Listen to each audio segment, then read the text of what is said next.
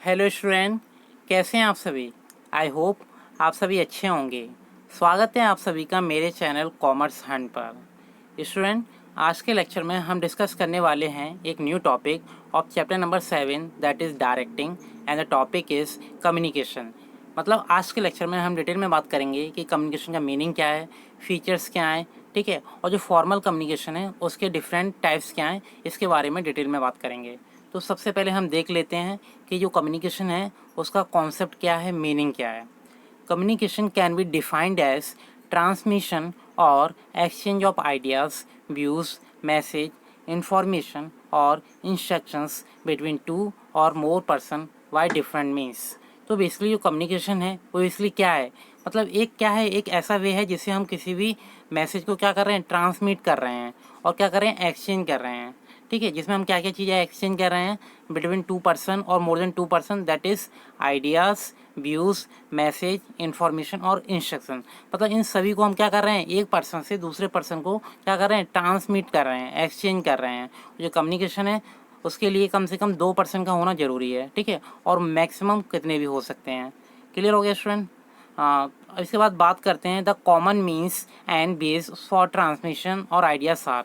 अब कुछ common means हैं जिसके थ्रू हम अपने मैसेज को क्या करते हैं, ट्रांसमिट करते हैं। जैसे सबसे पहले हम अपने मैसेज कैसे ट्रांसफ़र करते हैं, स्पोकन वर्ड्स। मतलब क्या करते हैं, हम वर्ड्स को बोलकर अपने मैसेज को एक पर्सन से दूसरे पर्सन तक ट्रांसफ़र करते हैं। दूसरा क्या है, रिटन वर्ड्स। दूसरा समटाइम हम क्या करते हैं कि अपने मतलब जो भी वर्ड्स हैं उसे रिटन फॉर्म में प्रेजेंट करते हैं और उसे ट्रांसमिट करते हैं अदर पर्सन को। देन डायग्राम्स, पिक्चर्स और ग्राफ्स।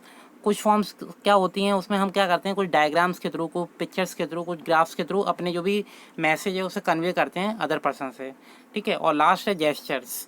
मतलब कुछ जो भी हाव भाव हैं उसके थ्रू भी हम क्या करते हैं, अपने मैसेज को ट्रांसफ़र करते हैं। क्लियर हो गया स्टूडेंट आपको। इसके बाद अब हम बात करते हैं, थोड़ा और देख लेते हैं। The communication is a two way process as it begins with sender and ends with when the feedback come from the receiver to sender. मतलब क्या है, कम्युनिकेशन क्या है, टू वे प्रोसेस है, ठीक है। टू वे प्रोसेस मतलब द्विपद प्रक्रिया है। मतलब इसमें क्या होगा, 2 प्रोसेस होंगे। जस्ट एग्जांपल कि एक सेंडर होगा, दूसरा रिसीवर होगा। तो सेंडर ने रिसीवर को कोई मैसेज ट्रांसफ़र किया, ठीक है। अब रिसीवर क्या करेगा, उसका मतलब रिप्लाई देगा या फीडबैक देगा किसे, जो भी सेंडर है उससे। तो इस तरीके से क्या हो गया, टू वे कम्युनिकेशन हो गया। अगर जो सेंडर है वो जो भी रिसीवर है उसे मैसेज ट्रांसफ़र कर देगा, ठीक है, पर जो रिसीवर है वो कोई रेस्पॉन्स नहीं करता, तो इसका मतलब क्या हो गया, वन वे हो गया। पर जब वो अपने उस मैसेज का क्या करेगा, रेस्पॉन्ड करेगा, कि सेंडर को रेस्पॉन्ड करेगा कि आपने जो हमें मैसेज सेंड किया था वो हमने रिसीव कर लिया है, ठीक है। तो इस तरीके से ये टू वे कम्युनिकेशन प्रोसेस हो जाता है। और दूसरा क्या बोला जाता है कि जो कम्युनिकेशन प्रोसेस है, ठीक है, वो सेंडर से स्टार्ट होता है और सेंडर पर ही फिनिश होता है। क्या आपको लगता है ऐसा है? यस, इस तरीके से है। जैसे आप इस पिक्चर्स में देख सकते हैं नीचे, यहाँ सेंडर ने एक मैसेज ट्रांसफ़र किया, ठीक है, फिर उसके बाद उसका क्या किया, इनकोडिंग किया। देन जो भी इनकोडिंग किया वो with the help of medium किया, देन उसको डिकोड किया, एंड फिर इसके बाद जो भी मैसेज है वो किसे रिसीव हो गया, रिसीवर को। और रिसीवर ने लास्ट में क्या किया, उस मैसेज को रिसीव करने के बाद फीडबैक दे दिया सेंडर को। तो मतलब जहाँ से स्टार्ट किया था वहीं जाके फिनिश कर दिया कम्युनिकेशन प्रोसेस को। क्लियर हो गया student. Minimum 2 parties are involve in the process of communication, that is sender and receiver. मतलब कम से कम 2 पार्टीज़ का होना ज़रूरी है, एक सेंडर, दूसरा रिसीवर। अब स्टूडेंट हम बात करते हैं जो कम्युनिकेशन प्रोसेस है या एलिमेंट्स ऑफ कम्युनिकेशन प्रोसेस है वो क्या है। तो बेसिकली यहाँ कुछ समरी लिखी हुई है जो आप देख सकते हैं, ठीक है। मैं आपको ये पूरी समरी एक डायग्राम्स के थ्रू बता देता हूँ। जैसे आप क्या है, कम्युनिकेशन प्रोसेस का जो डायग्राम देख सकते हो, यहाँ डिफरेंट क्या है, एलिमेंट्स हैं, ठीक है, जिसमें सेंडर है, मैसेज है, इनकोडिंग है, उसके बाद नॉइस का ऑप्शन नज़र आ रहा है आपको, then media, decoding, receiver and feedback. तो सबसे पहले क्या है कि मान लो पर्सन ए है सेंडर, उसे कोई अपना मैसेज कन्वे करना है रिसीवर को, ठीक है, पर्सन बी को, जो कि कौन है, रिसीवर है। अब उसने सबसे पहले क्या किया, अपना मैसेज है उससे क्या किया, इनकोड किया। इनकोड करने के बाद बीच में क्या है, समटाइम्स बैरियर भी आ जाते हैं, कुछ नॉइस आ जाती है। अब जब इनकोड करेगा तो वो किसके थ्रू करेगा, with the help of media करेगा, ठीक है। और मीडिया करने के बाद अब रिसीवर क्या, मान लो सेंडर ने तो कोई मैसेज सेंड किया, अब ज़रूरी नहीं है कि जिस लैंग्वेज में सेंडर ने सेंड किया उसी लैंग्वेज में रिसीवर उसे रिसीव कर ले। अब समटाइम्स क्या होता है कि उस वो क्या करता है, रिसीवर उसे डिकोड करता है अपनी लैंग्वेज में अंडरस्टैंड करने के लिए, ठीक है। और लास्ट में क्या होता है, जो रिसीवर है अपने मैसेज को जो भी सेंडर ने सेंड किया है उसे रिसीव कर लेता है और लास्ट में जो भी सेंडर है उसे क्या कर देता है, उसका रेस्पॉन्स कर देता है और लास्ट में फीडबैक प्रोवाइड कर देता है कि आपने जो भी मैसेज कन्वे किया था वो हमें रिसीव हो गया है, ठीक है। इस तरीके से लास्ट में कन्वे कर दिया जाता है। तो यही लिखा हुआ है ऊपर, आप इसे रीड आउट कर सकते हैं, ठीक है। अब वन बाय वन जो भी एलिमेंट्स हैं वो मैं आपको समझा देता हूँ। सबसे पहले क्या था, सेंडर, ठीक है। ये क्या इनिशियल स्टेज है और इनिशियल एलिमेंट्स कह सकते हैं। सबसे पहले क्या है कि जो कम्युनिकेशन प्रोसेस है वो सेंडर से ही स्टार्ट होगा। Sender is the person who convey the message, मतलब एक ऐसा पर्सन होता है जो मैसेज को कन्वे करता है। The communication process begins immediately when the idea come in the mind of sender, मतलब जब भी कोई आइडिया सेंडर्स के माइंड में आता है तभी क्या होता है, जो कम्युनिकेशन प्रोसेस है वो स्टार्ट हो जाता है। Clear.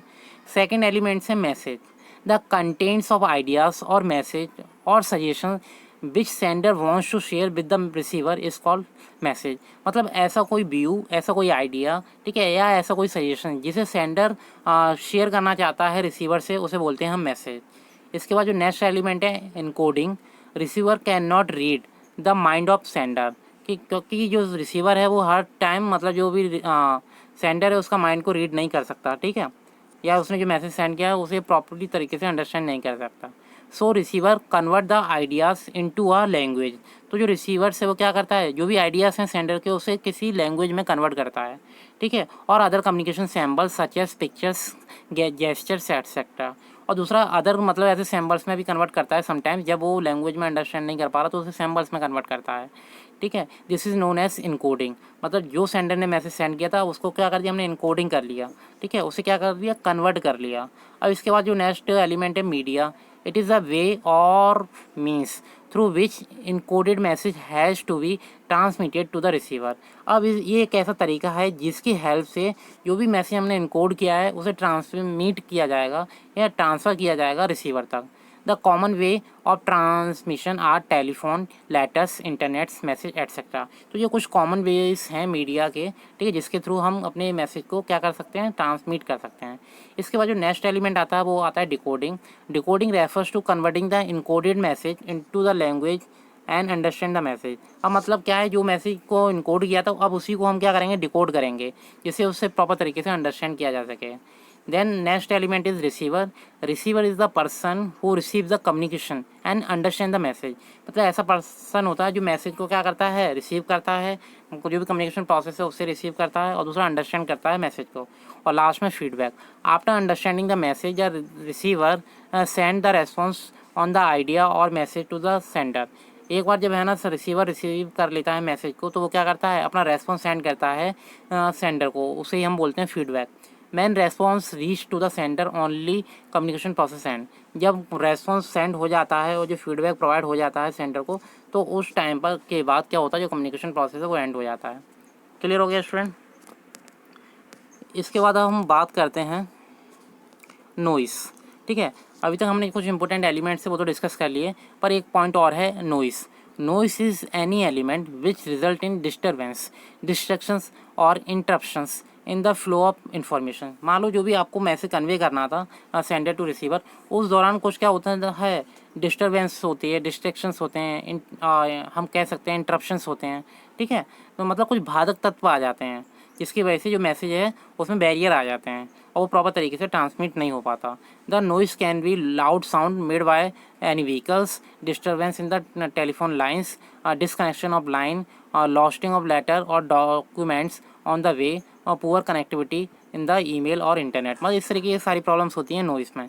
Due to noise the message is not conveyed to the receiver and receiver is not able to decode the message in the same manner as expected by the sender, ठीक है। और sometimes क्या होता है, जो receiver है वो भी मैसेज को डिकोड नहीं कर पाता ड्यू टू दिस प्रॉब्लम।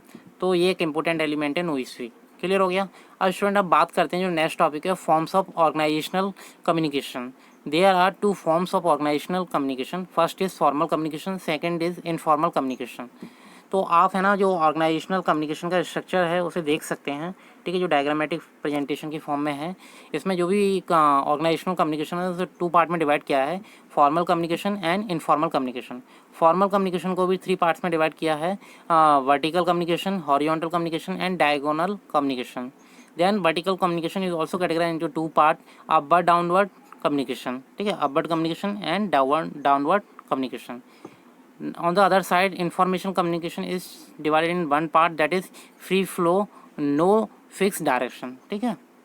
तो स्टूडेंट अब हम बात करते हैं फर्स्ट फॉर्मल कम्युनिकेशन की, और फॉर्मल कम्युनिकेशन की डिटेल में बात करेंगे इस लेक्चर में।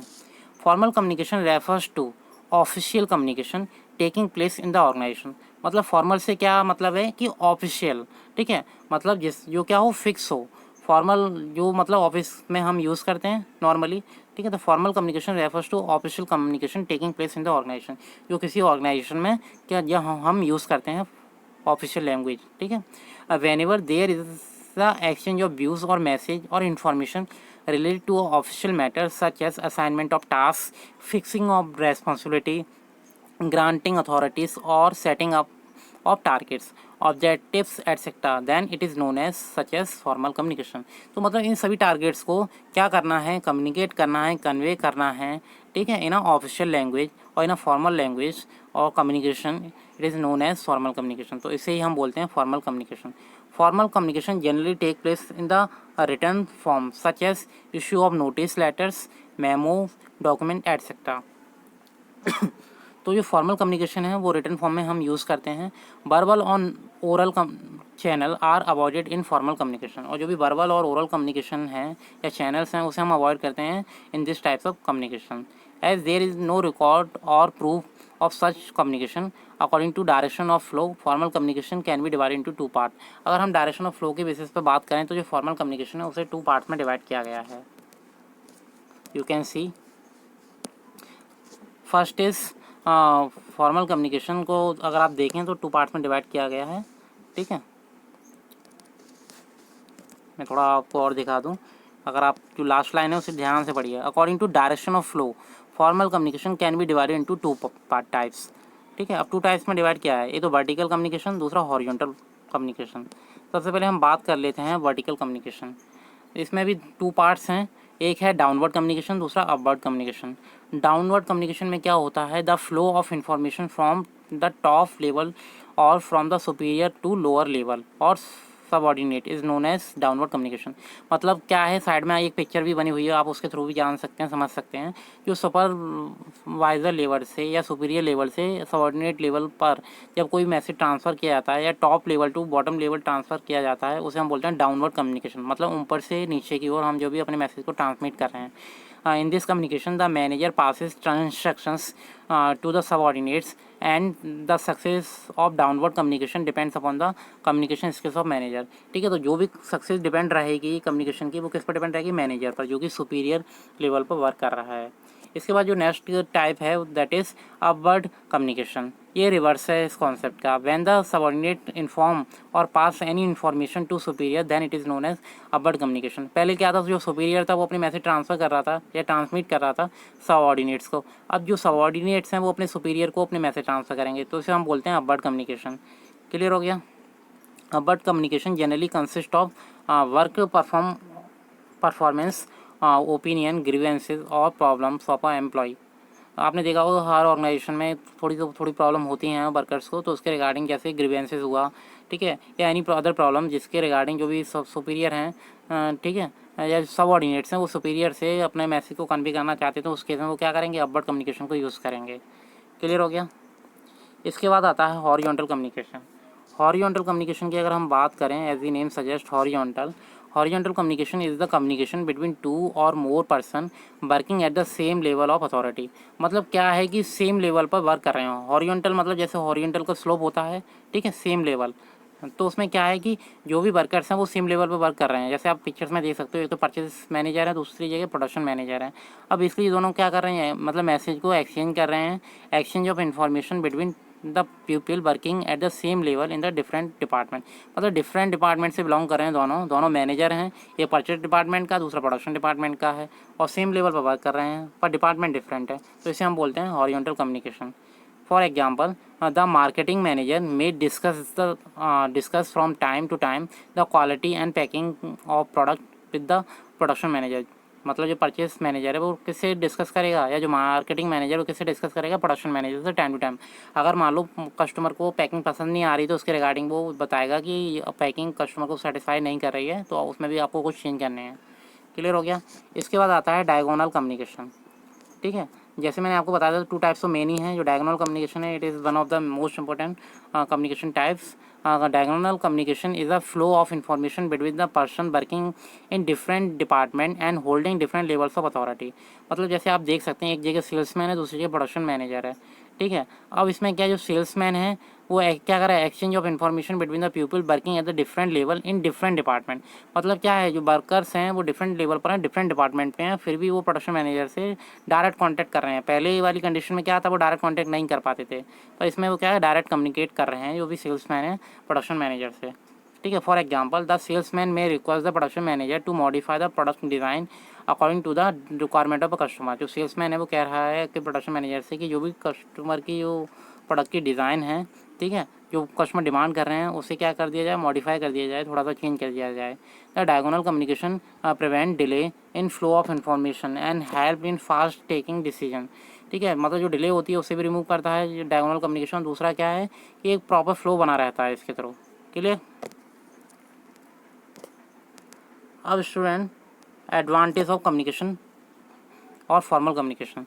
अब हम लोग फॉर्मल कम्युनिकेशन को डिस्कस कर लिया, उसके टाइप्स देख लिया। अब क्या क्या एडवांटेज हैं। First, the formal communication is very systematic and ensure orderly flow of information. एक तो ये सिस्टमेटिक होती है, ठीक है, और दूसरे एक ऑर्डर से इसमें इन्फॉर्मेशन का क्या होता है, फ्लो होता है। Second advantage is the source of information can easily be located, ठीक है, और इसमें जो सोर्स ऑफ इन्फॉर्मेशन वो ईजिली क्या कर सकते हैं, फाइंड आउट किया जा सकता है। In formal communication, it is easy to fix the responsibility of different employees as there is proof for the information। और इसमें क्या है, फॉर्मल कम्युनिकेशन में जो भी रेस्पॉन्सिबिलिटी है वो फिक्स कर दी जाती है हर एम्प्लॉयज़ की। Through formal communication it is easy to exercise control over the work performance of different employees. और जो भी वर्क परफॉर्म कर रहे हैं डिफरेंट एम्प्लॉय, उनकी जो भी एक्टिविटीज़ हैं, एक्सरसाइज हैं, उन पर कंट्रोल भी किया जा सकता है। ये तो एडवांटेज हो गए। और हम डिसएडवांटेज की बात करें तो डिसएडवांटेज कह सकते हैं, the information is delay as generally scalar chain is followed while passing the information. Sometimes क्या है, ऑर्गेनाइजेशन में स्केलर चेन प्रोसेस फॉलो किया जाता है, तो इसमें क्या है कि जो भी इन्फॉर्मेशन फ्लो हो रही है वो हर चेन से होकर गुजरेगी, तो जिसमें टाइम ज़्यादा लगता है, जिसकी वजह से जो इन्फॉर्मेशन में डिले आ जाती है। In formal communication the information is convey और पास इन इम्पर्सनल मैनर, ठीक है, और इसमें जो क्या है, जो भी इन्फॉर्मेशन वो पास होती है इम्पर्सनल मैनर में पास होती है, ठीक है। then information may not be transmitted accurately to avoid the unfavorable or effect of communication।